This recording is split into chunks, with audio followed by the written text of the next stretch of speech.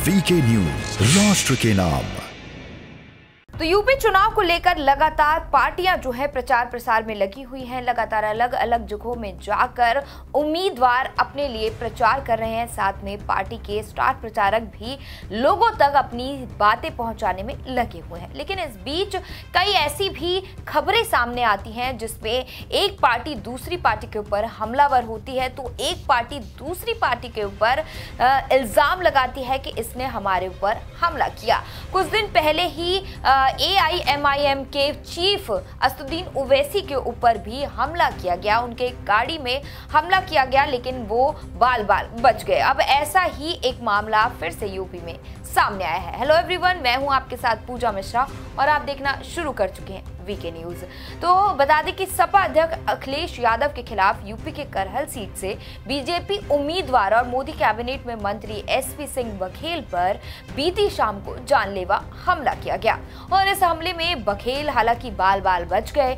बघेल ने बताया कि वो अपने काफिले के साथ प्रचार के बाद अतिकुल्लापुर गांव के पास से गुजर रहे थे और तभी खेतों में छिपे हमलावरों ने उनकी गाड़ियों पर लाठियां और पत्थरों से हमला करना शुरू कर दिया। पुलिस के मुताबिक जो केस में दर्ज किया गया है उसमें बताया गया है कि हालांकि बघेल सुरक्षित है। वहीं न्यूज एजेंसी ANI को बघेल ने बताया कि जब कबराई से करहल जा रहे थे तो खेतों से कुछ हमलावर निकले और उनकी गाड़ी को निशाना बनाया।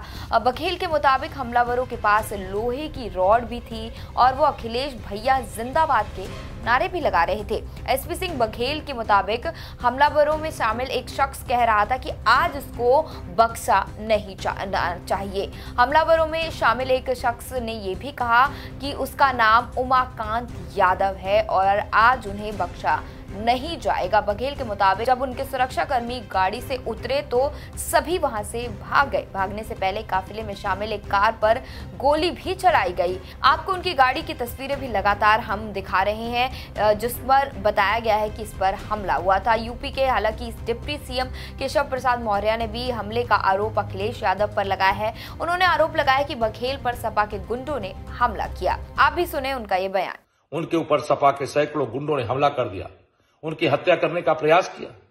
श्री अखिलेश यादव जी बताइए, क्या यही नई सपा है कि जिनके खिलाफ आप चुनाव लड़ रहे हो और चुनाव में हार रहे हो और चुनाव में हारने की स्थिति के बाद ऐसी परिस्थितियां खड़ी करोगे कि जो आपके खिलाफ चुनाव लड़ेगा उस पर हमला करवाओगे? क्या भैया ध्यान रखिएगा, ये समाजवादी पार्टी की सरकार का युग समाप्त हो गया है। अब गुंडई के बल पर बूथों पर कब्जा करके कोई चुनाव नहीं जीत सकता। मैं चुनाव आयोग से ऐसे अपराधियों के खिलाफ अविलंब सख्त से सख्त, कठोर से कठोर कार्रवाई किए जाने की मांग करता हूं। इस मामले में खबर लिखे जाने तक आपको बता दें कि सपा का पक्ष अभी नहीं मिल सका है। बता दें कि करहल सीट पर तीसरे दौर में 20 फरवरी को मतदान होना है और पहले बघेल सपा में ही रह चुके हैं। वो मुलायम सिंह की सुरक्षा दस्ते का हिस्सा होते थे। बाद में सपा के टिकट पर चुनाव भी जीते थे। पिछले लोकसभा चुनाव के दौरान वो सपा छोड़कर बीजेपी में आ गए थे और फिर फिरोजाबाद संसदीय सीट से चुनकर लोकसभा पहुंचे थे।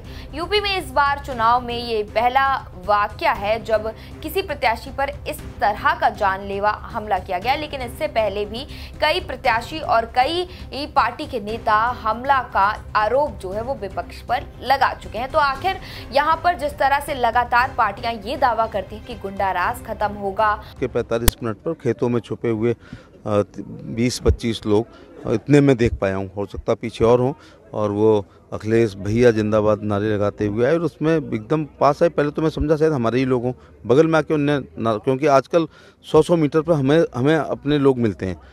तो उन्होंने उसमें से एक बोला कि मैं उमाकांत नगला बदा का हूँ और जो है तू हमारे नेता के सामने चुनाव लड़ रहा है, तुझे आज ही जो है तेरा चुनाव कराई दे रहा हूँ, और हमारी पार्टी ने सांसद बनाया था। तो ये तो इसमें असला भी दिख रहे थे, उन पे लाठी डंडे भी थे और सरिये बहुत थे।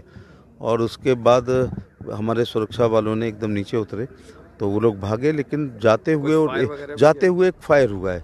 लेकिन इस तरह की पार्टी या नेता जब जीत कर राज्य में आएगी तो आप भी सोच सकते हैं कि राज्य का या जनता का क्या हाल होगा। इसलिए आप अपना मतदान सोच समझ कर करें और उसी पार्टी को करें जिससे आपको उम्मीद हो। हालांकि हमारी इस खबर में इतना ही। आपको अगर हमारी खबर पसंद आई है तो लाइक और शेयर जरूर करें और हमारे चैनल को सब्सक्राइब करना भी ना भूलें। धन्यवाद। ये है ड्रीम मीडिया नेटवर्क